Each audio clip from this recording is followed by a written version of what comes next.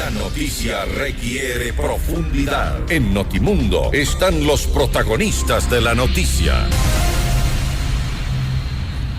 A esta hora estamos en línea directa con el economista José Hidalgo. Él es analista económico, director de Cordes.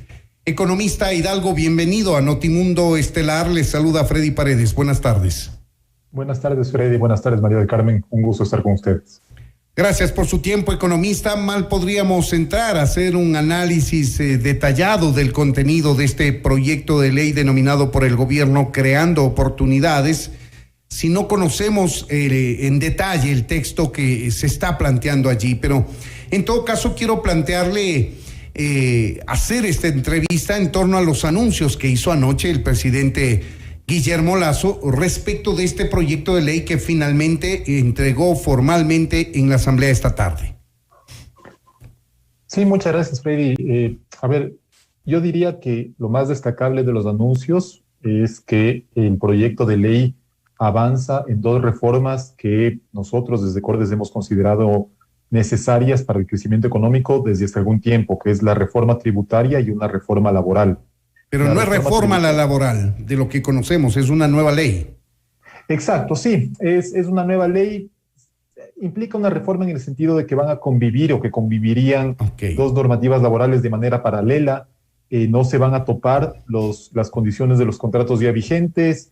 Más bien lo que se busca es generar mayores opciones de contratación para fomentar justamente la contratación en el sector formal.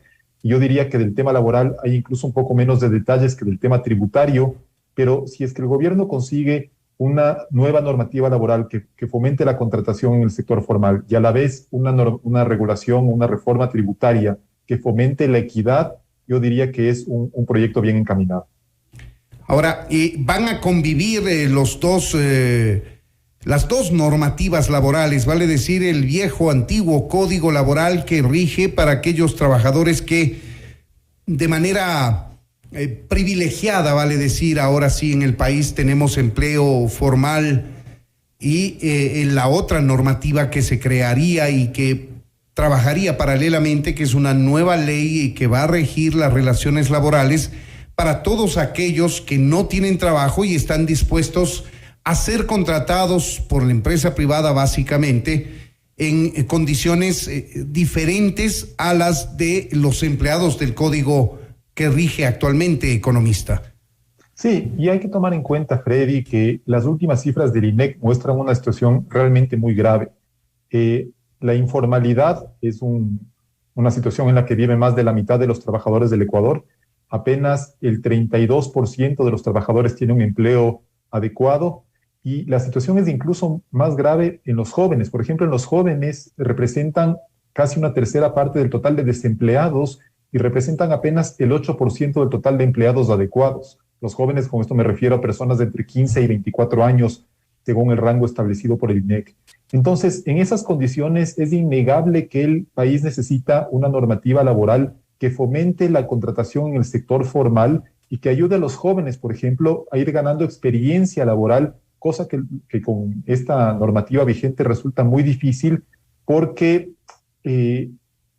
establece costos de despido, por ejemplo, tan altos o limitaciones tan altas para contratar por jornada, por proyecto específico, por hora, que realmente los jóvenes y otras personas que no tienen 8 horas diarias para trabajar están en una situación bastante complicada. Entendemos la necesidad que tiene el país, pero yo quisiera contraponer los argumentos de los sectores que se oponen a este proyecto de ley. Por ejemplo, economista se sostiene que constitucionalmente es imposible dar paso al trabajo por horas, que llamado así o de otra manera sería algo de lo que propone este nuevo cuerpo legal laboral, economista Hidalgo. Bueno, en eso habría que conocer los detalles, obviamente, del proyecto de ley. Lo que anticipó el presidente es, por ejemplo, otorgar más opciones de contratación, reducir las cargas que se tiene actualmente a las contrataciones por jornada o ya sea por jornada reducida o por jornada extendida o por proyecto específico. Se estaba mencionando, por ejemplo, que los contratos, que se pueden tener contratos a plazo fijo de hasta 4 años y a partir del 5º año ya sería necesariamente un contrato indefinido. En la actualidad, el Ecuador tiene básicamente contratos a plazo indefinido. Y eso es realmente una limitación muy grande. ¿Eso es a partir de los 3 meses en nuestro país ahora? Exacto, el periodo de prueba son 3 meses y una vez que el empleado ha superado los 3 meses de prueba, ya está en un contrato indefinido. De hecho, si es que el empleado se hace votar, digamos, por decirlo en términos un poco vulgares, al 4.º mes recibe una liquidación equivalente a que si hubiera trabajado 3 años en la misma empresa. En la actualidad, imagínese, Freddy, también tenemos no solo la indemnización por despido intempestivo, que obviamente habrá que valorarla adecuadamente, pero también hay un desahucio para las personas que renuncian porque consiguieron ya sea una opción mejor o porque quieren dejar de trabajar. Entonces, todas esas distorsiones claramente implican, insisto, un desaliento o un desincentivo para la contratación en el sector formal, y en este contexto es sumamente importante, creo yo, que las personas que están buscando vincularse con el sector formal tengan voz en el debate. El presidente Guillermo Lasso también ha anticipado, y quiero dejar claro que nos estamos refiriendo exclusivamente a sus a declaraciones en la cadena nacional de anoche. No hemos tenido tiempo de revisar lo que dice de manera específica el proyecto de ley que ya nos enviaron, pero es un texto voluminoso. Decía, el presidente anticipó la posibilidad de redistribuir las horas de trabajo, las 40 semanales, de diferente manera a lo largo de la semana, economista. Esto no es posible sin un recargo con el código vigente, el código laboral vigente, y sí sería posible con esta nueva normativa. Exacto. En la actualidad, si no me equivoco, hay recargos de hasta el 35% para jornadas de trabajo extendidas y también para jornadas de trabajo reducidas, lo cual hace prácticamente inviable la utilización de ese tipo de mecanismos o de opciones de contratación, porque encarece muchísimo el costo final de la empresa. Entonces, si es que ese tipo de opciones se abren a las empresas y obviamente hay un acuerdo entre las partes, entre la empresa y el trabajador, entonces los que tienen más para ganar, aparte, no son solamente las empresas o no son principalmente las empresas, sino son sobre todo las personas que quieren vincularse con el sector formal y que ganarían sobre todo estabilidad, afiliación a la seguridad social, un salario mínimo, condiciones que mientras se mantengan en informalidad no van a tener. Y eso quería consultarle precisamente. ¿Usted cree que con esta nueva normativa que está sometida ya a criterio de la Asamblea, si esta llega a aprobarse, luego sanciona el presidente de la República en el sentido que crea y la Asamblea finalmente se pronuncia hasta que se produzca la ley, ese es el camino que debe seguir? Digo, ¿usted cree que los ecuatorianos van a responder favorablemente a este nuevo régimen laboral con tal de conseguir trabajo? ¿Hay mucho menoscabo de derechos respecto del código actual laboral en nuestro país? A ver, yo diría, Freddy, dos temas. No hay peor o derecho más vulnerado que el del trabajador que no tiene un empleo. Ese es el derecho más vulnerado. Finalmente están buscando un trabajo y no lo consiguen en gran medida por la normativa laboral vigente. Y yo creo que si usted le da, insisto, voz en el debate a una persona que está en la informalidad, a un padre de familia que no consigue el salario mínimo, que no tiene afiliación a la seguridad social, o a un joven que puede trabajar únicamente una jornada reducida porque a la par también quiere estudiar, y le abre la posibilidad para que se vincule con una empresa y empiece a hacer carrera, tal vez con costos de despido menores que los que tenemos en la actualidad, tal vez no un contrato a plazo indefinido, sino un contrato a plazo fijo, pero yo estoy convencido de que esa es una opción muchísimo mejor que la de estar buscando trabajo y no encontrarlo. De acuerdo. ¿Qué van a decir entonces los sectores sindicales que se toman, vale decir, el nombre de todos los trabajadores y consideran que es mejor las mismas condiciones que tenemos todos y que se genere trabajo así a tener una nueva normativa más moderna, más acorde a la realidad y que se consiga trabajo efectivamente, que es lo que hace falta en el país? Yo lamentablemente creo que los sectores sindicales se van a oponer, pero como antecedente, las últimas 2 marchas que han convocado los sindicatos, una a mediados de agosto, otra a mediados de septiembre, han tenido en realidad una convocatoria bastante pobre, y usted puede ver las imágenes de esas marchas, son unos pocos centenares de personas protestando contra el gobierno, lo que en mi opinión deja en evidencia la escasa representatividad que tienen actualmente los sindicatos. Son un grupo de personas que defienden a un sector minoritario de los trabajadores que en primer lugar, tienen la suerte de tener un trabajo en el sector formal y que no se han adaptado a las nuevas modalidades de trabajo. La pandemia incluso ha acelerado los cambios. Ahora tenemos no solo el teletrabajo, sino que también podemos trabajar en dos temas distintos, porque me puedo conectar para tener una entrevista con usted ahora y luego dedicarme a otra cosa, incluso desde la casa. Hay condiciones de trabajo que han cambiado muchísimo y lamentablemente los sindicatos creo que no se han adaptado a esto y mantienen un discurso que ya no va de la mano con la situación actual. Ellos sostienen que hay un menoscabo de derechos para los trabajadores y, reitero, se toman el nombre de todos los trabajadores y dicen que eso no es viable, que el gobierno está trabajando para los empresarios y no para los empleados. A ver, los trabajadores que tienen la suerte en la actualidad de tener un trabajo no van a ver alterado de ninguna manera las condiciones de su contrato. Entonces, no va a haber cambios a los costos de despido, ni a las vacaciones, ni a la jubilación patronal, ni a nada de eso, porque esas son las condiciones vigentes en los contratos, insisto, de las personas que tienen la suerte de tener un trabajo. Pero las personas que no tienen un trabajo, ¿qué derechos se les está afectando si no tienen el derecho mínimo, que es poder trabajar y llevar un ingreso a la casa? Entonces, obviamente los trabajadores actuales, a quienes los sindicalistas dicen representar, yo tengo un trabajo y claramente no me representan los sindicalistas, no van a ver afectadas las condiciones. Entonces, ¿de qué derecho afectado estamos hablando? Me parece que ahorita lo que se tiene que poner en primer lugar es el interés de las personas que están buscando un trabajo y que, con las cifras que muestran las encuestas del INEC, tienen muy pocas posibilidades de conseguirlo. Ahora, economista Hidalgo, habrá que buscar, y a esto en el texto legislativo me refiero, alguna especie de seguro, de candado para que aquellos malos empresarios, que siempre hay, no son todos evidentemente, no muden a sus empleados de un código a la nueva normativa para resultarse beneficiados, entre comillas, digamos.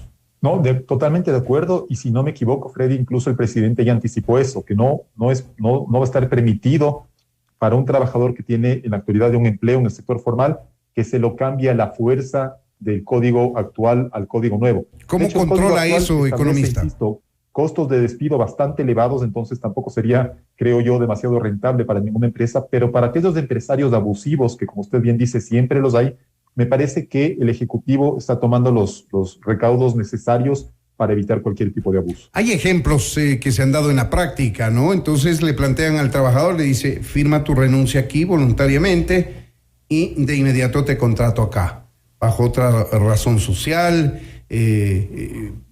con la nueva normativa, etcétera. ¿Cómo va a poder controlar eso el Estado? Ahí sí, Freddy, me voy a tener que excusar en la respuesta porque no soy... Yo soy economista, no abogado. Exacto, pero confío en que el Ejecutivo sea lo suficientemente cuidadoso para evitar ese tipo de abusos. Estamos dialogando con el economista José Hidalgo, él es analista económico, director de Cordes. Analizamos el proyecto denominado por el gobierno Creando Oportunidades, que de manera formal ha presentado personalmente esta tarde el presidente Guillermo Lasso a la Asamblea Nacional. Nos decía, economista, que tiene básicamente dos patas, por llamarlo de alguna manera, a este proyecto de ley. Uno que plantea una nueva ley laboral y otro que plantea una reforma tributaria. Hablemos de esta reforma tributaria en torno a lo que anunció el presidente anoche.